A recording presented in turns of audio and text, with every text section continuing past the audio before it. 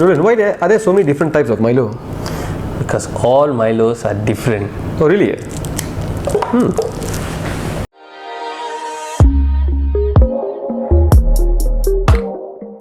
Hey, what's up guys, this is Dr. Roland and Dr. Sashi here at the Sky Show, and a couple of days ago we did a video in Bahasa Malaysia in regards to the difference between Red Bull and Milo and which produces the most amount of energy.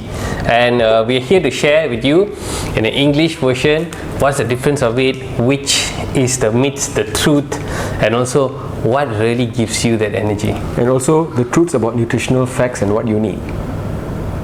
So you were telling me earlier just now that you made some discoveries based on the differences amongst Milo itself. Yep. So can you tell me what are the differences between this Milo, and the baby Milo?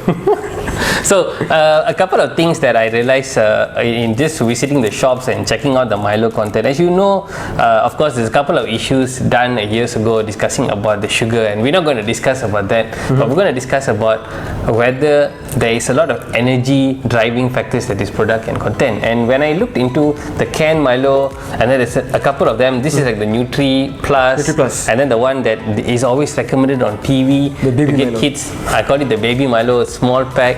We start realizing that even the composition of each of it is sort of different. If you see the baby one, the sugar content is much more higher than the bigger ones and even the adult ones. And if you also look into the So when they say glucose here is 0.4 grams, so here the glucose here is 0.7. And if you look at it here, the sodium content is lesser at 35. Here's 45. 400 ml. Here's 45.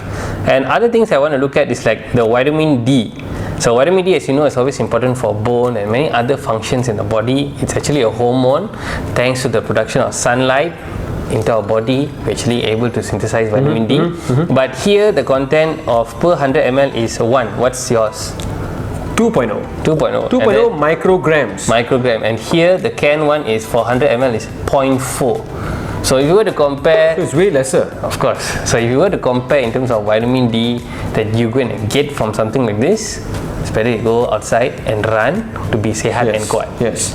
So if I convert 2.0 micrograms to international units, which I am more attuned to, it's around 100 to 200 international units. You sort of probably get to that, and daily recommended dosages can actually reach between 400 to 800. Yes. But even we know with some new studies, you need to go to about at least 2,000 to even 5,000 units. That will be probably the doses that we want to give people if they really need a good difference that you can see is above 1,000 international units. And vitamin D again comes with K2 together. Yes, you have to have K2 for the vitamin D to work and absorb.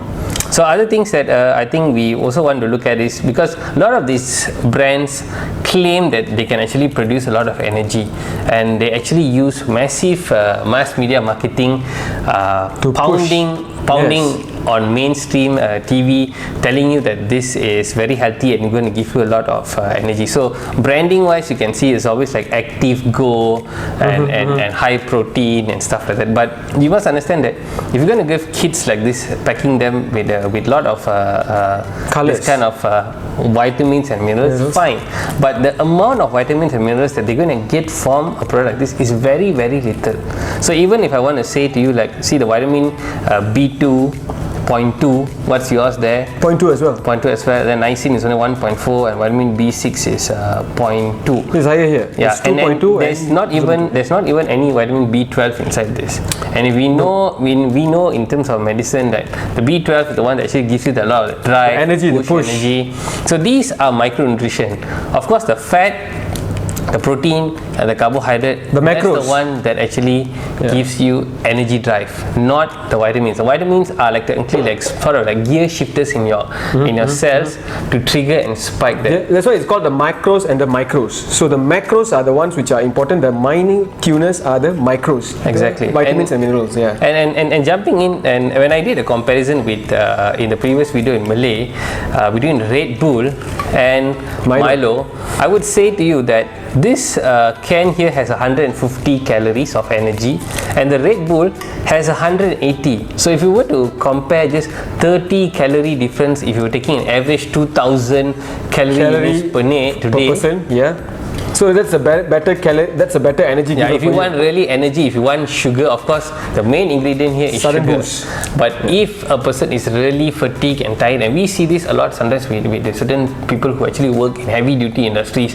they really need the energy out. There's no time to work with protein to digest and fat. You want So the you go for instant sugar. rush sugar, then they're going to go and pick something like this. And I must tell to you, Dr. Sashi, look at this and see that there's other ingredients that actually drive up. You see, in Red Bull, there's 1,000 mgs of taurine. Okay. Anyway, Sorry. one of the main functions of taurine is actually it triggers up your muscle function, opening up calcium, magnesium channels faster. too. So it relaxes muscles and it triggers the muscle activity. I more thought that was the work of casein. can be also. Oh, okay. Okay, so they all technically belong to certain amino acid kind of groups that actually function like that. So taurine is actually an amino acid, a protein actually. Yes, it's a kind of a protein. And then there's other things also like lysine, inositol. There's another kind of vitamin B derivative. There's also B3, B5, B6, and again here B12. B12 is inside here, and B12, if you were to compare in terms of other supplementation like vitamin B complexes, B12 there's always B12 inside there because it's something which actually regenerates nerves and also muscles. So if we were to see a comparison of what really drives energy, if a person really needs that fast energy, of course they have to work on a sugar concept. But again, we're not endorsing you to keep consuming high sugar foods, but the perspective in terms of energy, yes, that's what we are comparing here. We're comparing perspective for energy, like which is going to give you the fastest energy if you really need that. And definitely the answer is going to be the sweet drink, Red Bull. So again, a lot of things you need to understand that a lot of big companies spend a lot of marketing. All of these companies spend a lot of marketing pushing to you that, oh, this is going to be the product that's going to push that it's going to give you the amount of energy, expansion and all those. And what we want to say is that parents, you need to understand that when you're actually reading ingredients, you need to read the ingredients, because if I were to read these ingredients, you see they have, let me read these ingredients in English. It's skim milk powder, cow's milk, barley and starch, palm oil, cocoa, palmolive, minerals, vitamins, contains stabilizers, emulsifiers like soy lecithin, and permitted food conditioners which may be from plant or synthetic origin. This, say to you, contains permitted acidity, citric acid regulators, permitted preservatives like sodium benzoate, permitted flavoring and coloring substance. So it tastes a bit lemony, a bit like citric acid. There's no soy lecithin, there's no palm oil inside this. So if you were really to think what you want to get, if you want to get that fast energy, I'm telling you, you know the answer. Read the labels. Always read the labels. Anything at all, guys, read the label. Any food you buy from a box, read the label.